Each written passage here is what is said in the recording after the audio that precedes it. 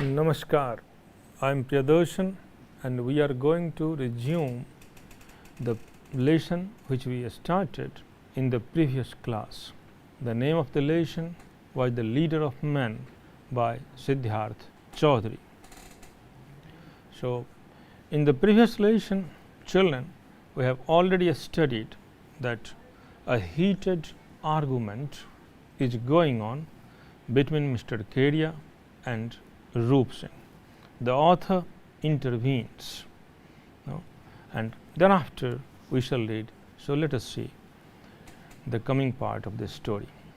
So प्यारे बच्चों, हम लोग जिस कहानी को आज पढ़ने जा रहे हैं, तो पिछली कक्षा में ही हमने उस लेसन को शुरू किया था जिसका नाम द लीडर ऑफ मैन था।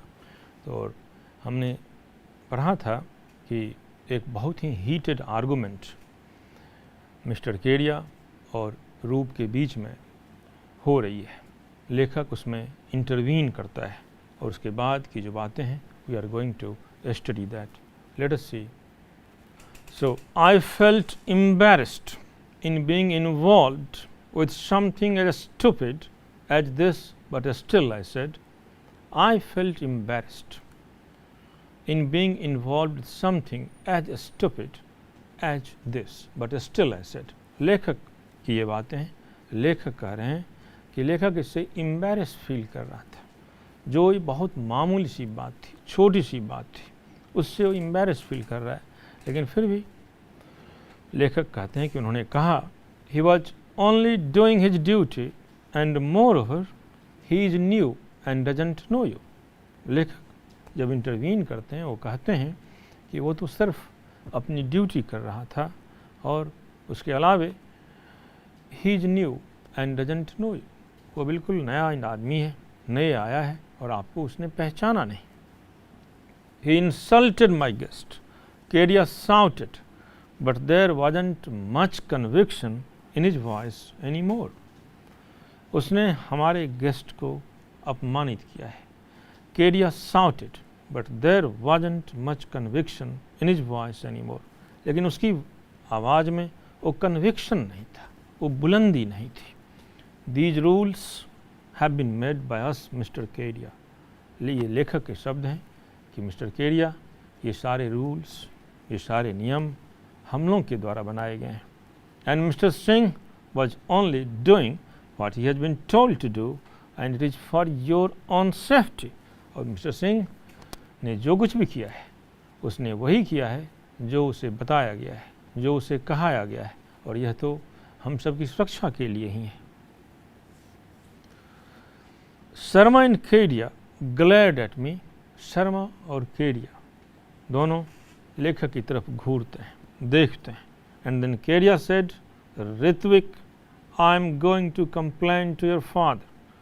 दोनों उसकी तरफ पहले घूरते हैं, देखते हैं और फिर लेखक को कहते हैं, ऋत्विक, मैं जा रहा हूँ तुम्हारे बारे में तुम्हारे पिता से शिकायत करूँगा। You don't even know how to talk to your elders. तुमको यहाँ तक मालूम नहीं कि बड़ों से कैसे बात की जाती है। I smiled at him. मैंने मुस्कुराया and kept quiet और बिल्कुल शांत हो गया। He went away hurriedly. बहुत जल्दी में वो चले गए into the elevator. एलिवेटर से, लिफ्ट से वो बहुत जल्दी निकल गए। With his friend in tow. उनके मित्र भी उनके साथ थे। I took the stairs. और मैं सीढ़ी का रास्ता पकड़ा। Yeah. So here the children is all about the intervention of the author. यहाँ जिस तरह की मध्यस्थता लेखक करता है और लेखक से मिस्टर केडिया क्या उम्मीद करता है। मिस्टर केडिया ये उम्मीद करता है कि लेखक हम जैसा ही है और वह हमारा साथ देगा। लेकिन लेखक की जो बातें हैं वह जस्टिफाइड हैं, वह सही बातें हैं और रूप सिंह के पक्ष में ये बातें जाती है। जब लेखक ये कहता है he was doing just his duty, वो सिर्फ अपना काम कर रहा था, and this is what he has been taught to do so, और यही तो उनको करने के लिए सिखाया गया है। और उसके बाद लेखक ये भी कहता है this is all for our safety, ये सारी बातें हमारी सुरक्षा के लिए ही तो है। यहाँ फिर अगेन मिस्टर केरिया फील्स ऑफेंडेड। मिस्टर केरिया यहाँ फिर उनको नाराज़गी होती है, उनको लगता है कि ये सही नहीं कर रहा है। तो मिस्टर केरिया लेखक को कहते हैं कि Ritwik, I am going to complain against you to your father. मैं तुम्हारे खिलाफ शिकायत करने जा रहा हूँ तुम्हारे पापा से। और उसके बाद मिस्टर केरिया बहुत जल्दी में लिफ्ट से निकल जाते हैं और उसके बाद लेखक सीढ़ियों से आगे बढ़ते हैं। So this is what we studied in this part of the story. Let us see the next one. Later on, I learnt from Munna. लेखक कहते हैं कि बाद में मैंने मुन्ना से मुझे ये मालूम हुआ, My servant, मुन्ना जो लेखक का नौकर है, that his name was रूप and he was a Rajput. लेखक को मुन्ना जो लेखक का नौकर है बाद में उनको बताता है कि उसका नाम रूप है और जाति से राजपूत है। Munna also told me that the other guards didn't like him much and thought him to be haughty and stuck up. Munna ने उनको और बहुत सारी बातें बताई रूप सिंह के बारे में। उनमें से एक ये कि जो भी और दूसरे गार्ड्स हैं, दूसरे प्रहरी जो हैं वहाँ जो काम करते हैं, दूसरे सुरक्षाकर्मी हैं, वो भी रूप सिंह से खुश नहीं है। वो समझते हैं कि यह व्यक्ति बहुत ही दम्भी और अहंकारी है। He thought this was because रूप was of a forward caste। वह ऐसा सोचा, इसके पीछे जो कारण हो सकती है वो ये कि रूप फॉरवर्ड कास्ट से, अग्री जाति से ताल्लुकात रखता था। All the others being backwards, और दूसरे जो भी गार्ड्स थे वो सब पिछड़ी जाति से ताल्लुकात रखते थे। ही जनरली केप्ट टू हिमसेल्फ, अक्सर वो अपने आप में ही रहता। अपने आप में रहने का मतलब वह गुमसुम चुप रहता, किसी और से ज़्यादा वास्ता नहीं रखता। And after his duties were over, और जब उसके काम खत्म होते, read books in the guard room में बैठकर किताबें पढ़ता। All this seemed to Munna as subversive behaviour, but even he grudgingly agreed that he was the best ever security guard that had worked at our building। तो ये सारी बातें मुन्ना उनको बता रहा है। वो कह रहा है कि उसके जो व्यवहार है वो बड़ा दम्भी है, बहुत ही घमंडी किस्म का व्यक्ति है।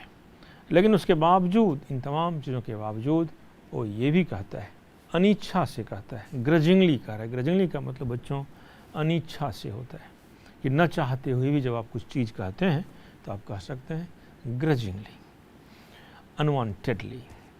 सो इवन ही ग्रजिंगली अग्रीड, और न चाहते हुए भी वो इस बात पर सहमत हुआ कि he was the best ever security guard. हमारे एक अपार्टमेंट में अभी तक जितने भी सिक्योरिटी गार्ड आए उन सब में से ये सबसे अच्छा है। ही वॉज स्मार्ट, वह स्मार्ट, तेज तर्रार है, एफिशिएंट, कुशल है, and did his job quietly and competently, and for this he got the priceless sum of 600 rupees a month। अपनी काम बहुत ही बेहतरीन तरीके से निभाता है, करता है, और इन सब के लिए उसे एक प्रिंसली सम, आप जब कहेंगे कि जब किसी को कोई मोटी रकम मिलता हो, यू कैन से प्रिंसली सम, एक शाही हिसाब किताब जो कहें, ऑफ 600 रुपीज़ a month, और तब जाकर उसको 600 रुपये माहवार मिलता है। All this, yeah, and subsisted on boiled rice and potatoes like the guards। और वो अपना जीवन यापन कैसे करता है? जिस तरह से दूसरे गार्ड भोजन करते हैं, आलू और चावल, उसी तरह से वह भी अपना गुजर करता है। All this for mere 600 rupees a month। My shirts cost much more than that। It was ridiculous, the sum, but it was true।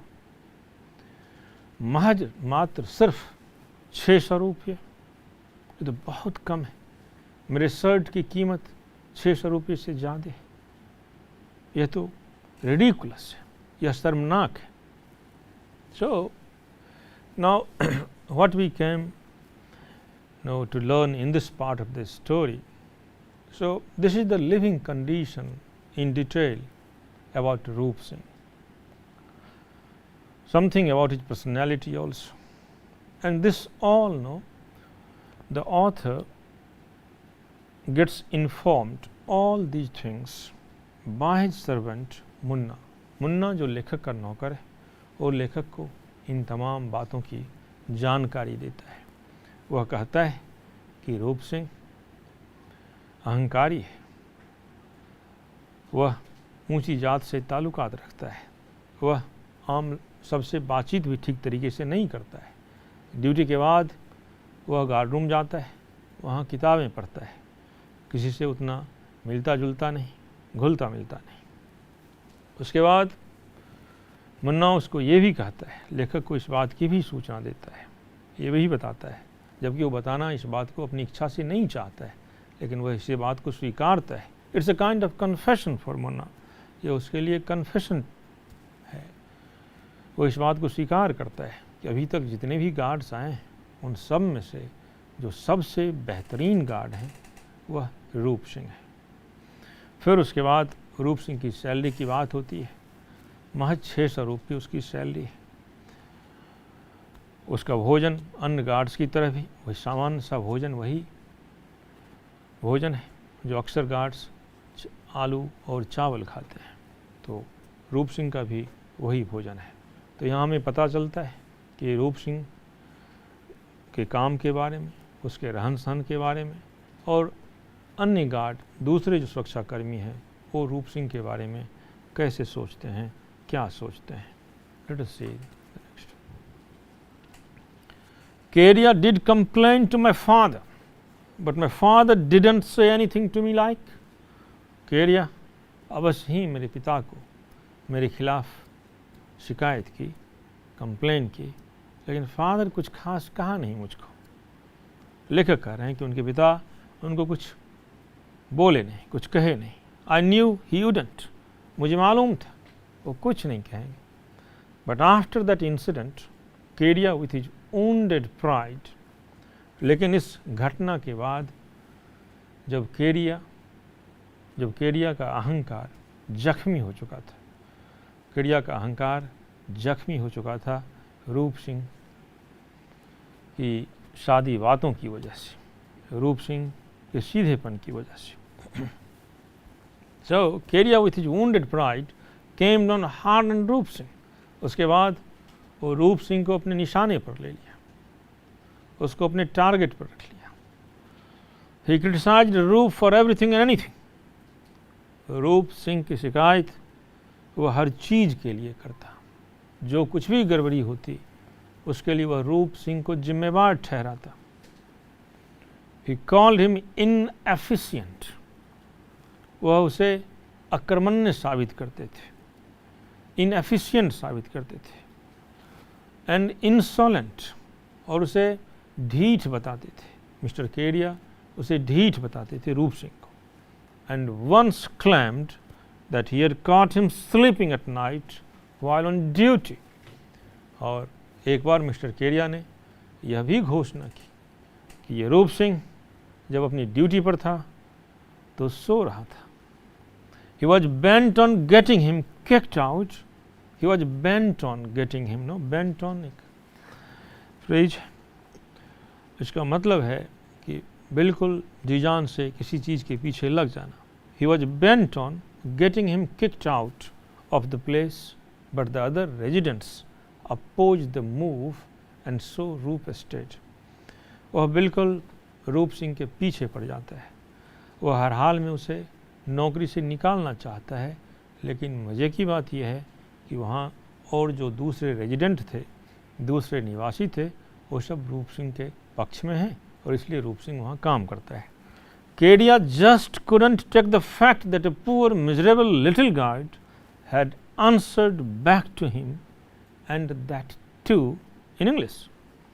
Kedia को ये बात पच नहीं रही थी कि एक छोटा सा मामूली 2 टके का गार्ड हमें जवाब देता है, और जवाब भी देता है कमबख्त इंग्लिश में। तो ये बात केडिया को पच नहीं रही है, हजम नहीं हो रही है। He was sure it was just to show him up in front of his friend, and worse me, he was really sure about the English part. Mister Kedia इस बात को भी बड़े सीरियसली लिए कि उसने मेरी बेइज्जती की, मेरा इंसल्ट किया, वो भी मेरे दोस्त के सामने, और उसमें भी इंग्लिश में।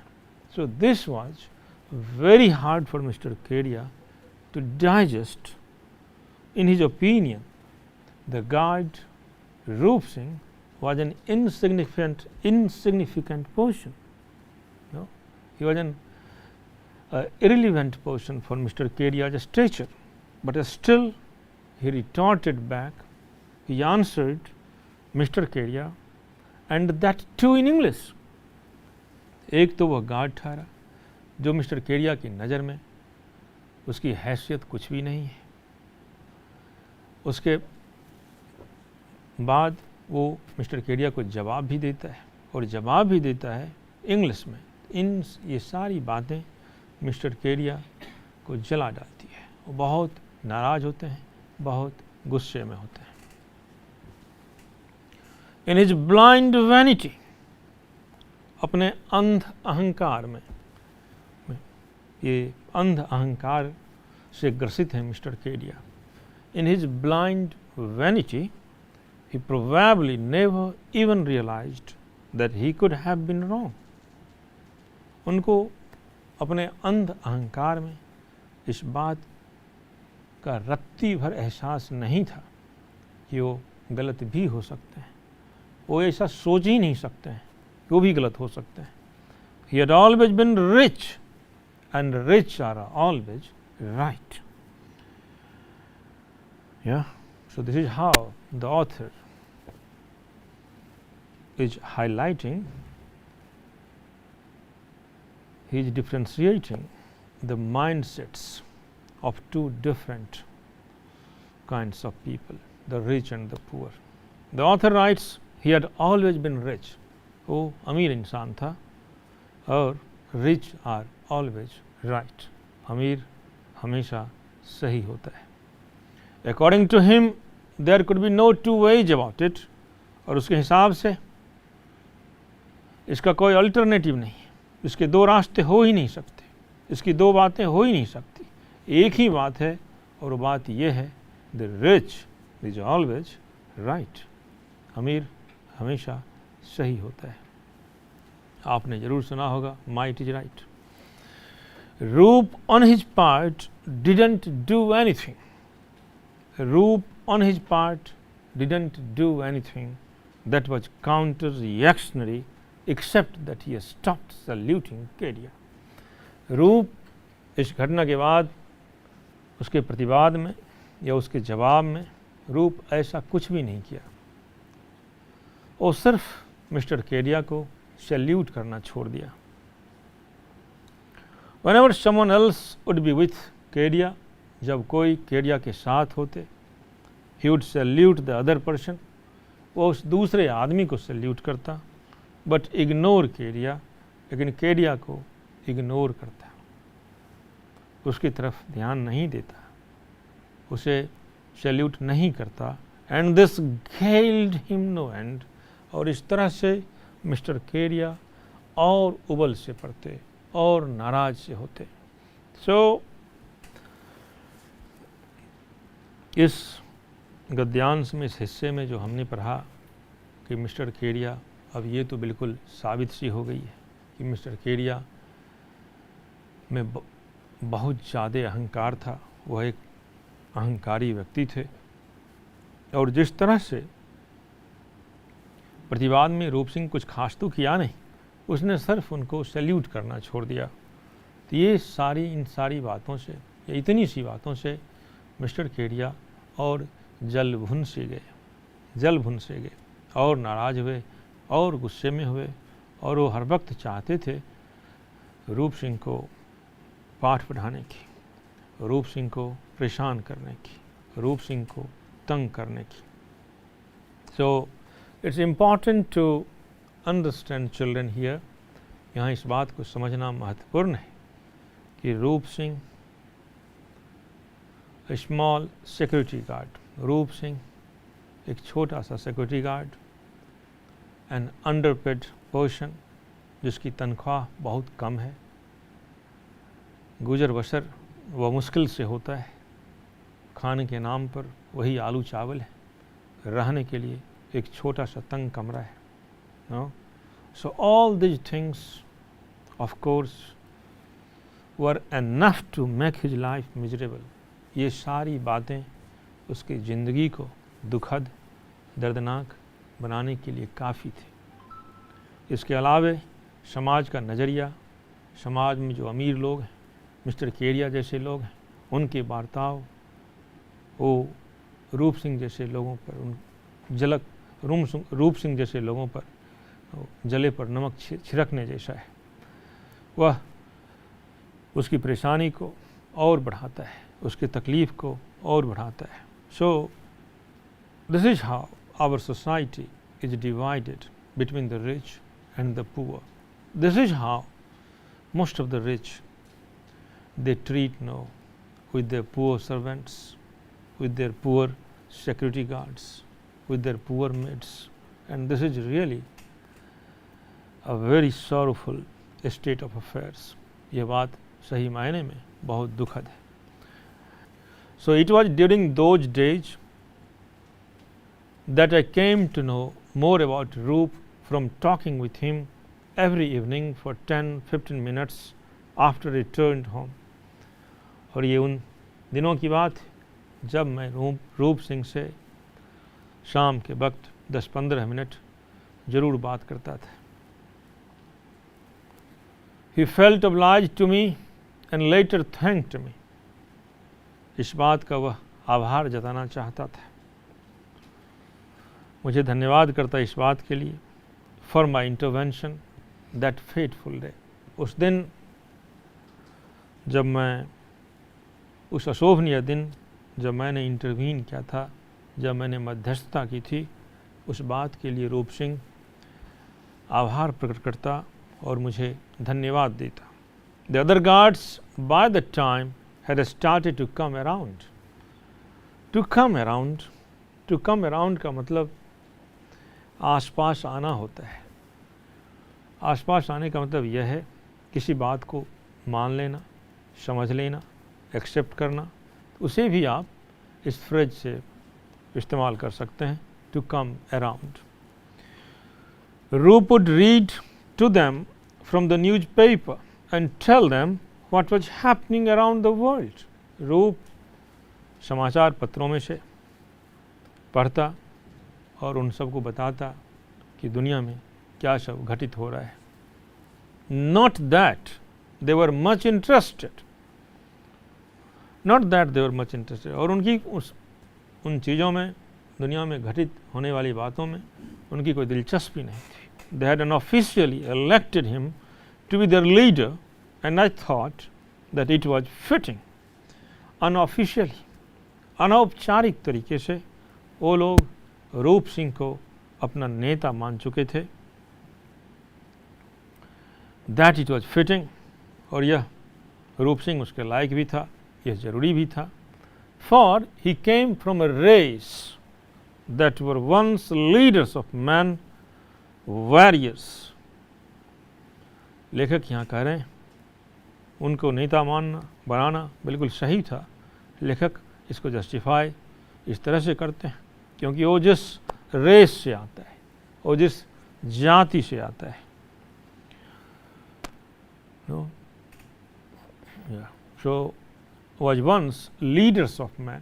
तो वो सब के उनकी जो जाति थी वो लीडर्स ऑफ मैन थे, लोगों के ऊपर हुकूमत करते थे, लोगों का नेतृत्व करते थे, वॉरियर्स थे, योद्धा थे। His ancestors must have waged wars against the British and the Mughals and fought glorious battles amidst the golden sand dunes of Mewar. उनके पूर्वज, रूप सिंह के पूर्वज, एंसेस्टर्स पूर्वज को कहते हैं बच्चों, फोर फादर्स जिसे आप कहते हैं। His ancestors must have waged wars, वो अवश्य ही युद्ध लड़े होंगे अंग्रेजों के खिलाफ, मुगलों के खिलाफ, और यहाँ तक कि मेवाड़ के रेगिस्तान में, सैंड ड्यून्स में, वहाँ की रेतों में भी वो अवश्य लड़ाई लड़े होंगे मुगलों के खिलाफ। I think I am needlessly romanticising him, मुझे लगता है मैं बेवजह में उसकी वीर गाथा कह रहा हूँ, मैं बेवजह में उसकी बड़ाई कर रहा हूँ। Probably his ancestors were as poor as he was and were simple farmers toiling hard for their daily meal, but who knows? लेकिन लेखक आगे ये भी कहता है ऐसा भी तो हो सकता है कि उसके पूर्वज बहुत गरीब हो, उतने ही जितना आज वह गरीब है, सामान्य किसान रहा हो, दिन रात मेहनत करता हो, लेकिन इस बात को कौन जानता है। सो कहानी के इस हिस्से में बच्चों हमने ये देखा कि जो कहा सुनी वगैरह पहले रूप सिंह और मिस्टर केडिया में हुआ, मिस्टर केडिया उसको टारगेट में ले लेते हैं, लेकिन उसके बाद एक इंटरेस्टिंग, एक रोचक बात ये शुरू होता है कि जो नरेटर है कहानी का, जो लेखक हैं, वो रूप सिंह से रोज़ 10-15 मिनट शाम के वक्त जब वो वापस आते हैं अपने घर तो उससे बात करते हैं। रूप सिंह उनको उनके प्रति आभार जताता है कि जिस तरह से लेखक ने इंटरवीन किया केडिया और रूप सिंह के मसले में, तो रूप सिंह उसका आभारी है, रूप सिंह उसको धन्यवाद देता है।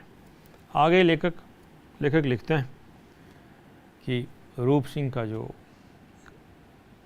गर्वीला रौब है, जिस रौब का वो इंसान है, यह स्वाभाविक ही है क्योंकि उसके जो पूर्वज थे वो एक बहुत ही उच्च जाति से आते थे, वॉरियर्स थे, योद्धा थे, लोगों का नेतृत्व करते थे।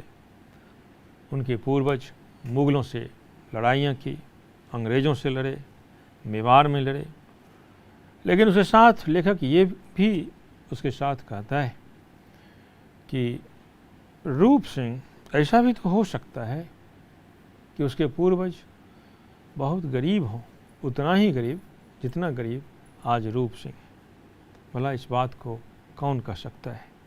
सो this is how my dear students the author is portraying, depicting, analyzing the various angles of रूप सिंह's presence in the story। इस तरह से लेखक रूप सिंह को अनेक दृष्टिकोण से देखता है और उसका विश्लेषण करता है। Let us see the next one. He was an educated person. He had studied till the intermediate from the College of Commerce, Patna, the very same college I had gone to Albert for a short time and much later than। वह एक पढ़ा लिखा, एक शिक्षित व्यक्ति था। Intermediate तक उसने पढ़ाई की थी कॉलेज ऑफ कॉमर्स पटना से, और लेखक ये कहते हैं कि ये भी वहाँ थोड़े वक्त के लिए गए थे। I didn't tell him that because I thought it might embarrass him। मैं ये बात उससे नहीं कहा कि मैं भी उस कॉलेज में मैं भी गया था ताकि उसको इस बात से उदासी ना हो, परेशानी ना हो। His father, who was a farmer, उसके पिता जो एक किसान थे, had died around that time। उसी वक्त उनका देहांत हुआ था। And Roop had to leave his studies and look for a job। और रूप को इस तरह अपनी पढ़ाई को छोड़ना पड़ता है, वह पढ़ाई से वंचित हो जाता है और काम धंधों में लग जाता है, उसे रोजगार की सख्त आवश्यकता है। He went back to farming when he couldn't find any job that he liked। वह किसानी में चला जाता है क्योंकि वो ऐसा एक भी काम नहीं मिला जो उसे पसंद था। They didn't have much land and some of it had to be sold for his sister's wedding. लेकिन ज़मीन भी तो बहुत थोड़े थे, बहुत कम थे, और जो थे उनमें उनका भी एक हिस्सा बहन की शादी में बेच दिया गया था. He himself had married when he was just 15 and now had a wife and a son back home in the village. उसकी भी शादी महज 15 में हो गई. अब उसकी एक बीवी है और एक लड़का भी है. So this is the real travails of रूप सिंह begins from here. रूप सिंह की जो त्रासदी है वो थमने का नाम नहीं ले रहा है. अब उसके त्रासदी के पीछे की असली कहानी यहाँ से शुरू होती है. So dear children, I hope you must have enjoyed, and the remaining part of this story we shall study in the next class. Till then, goodbye, stay blessed. Namaskar.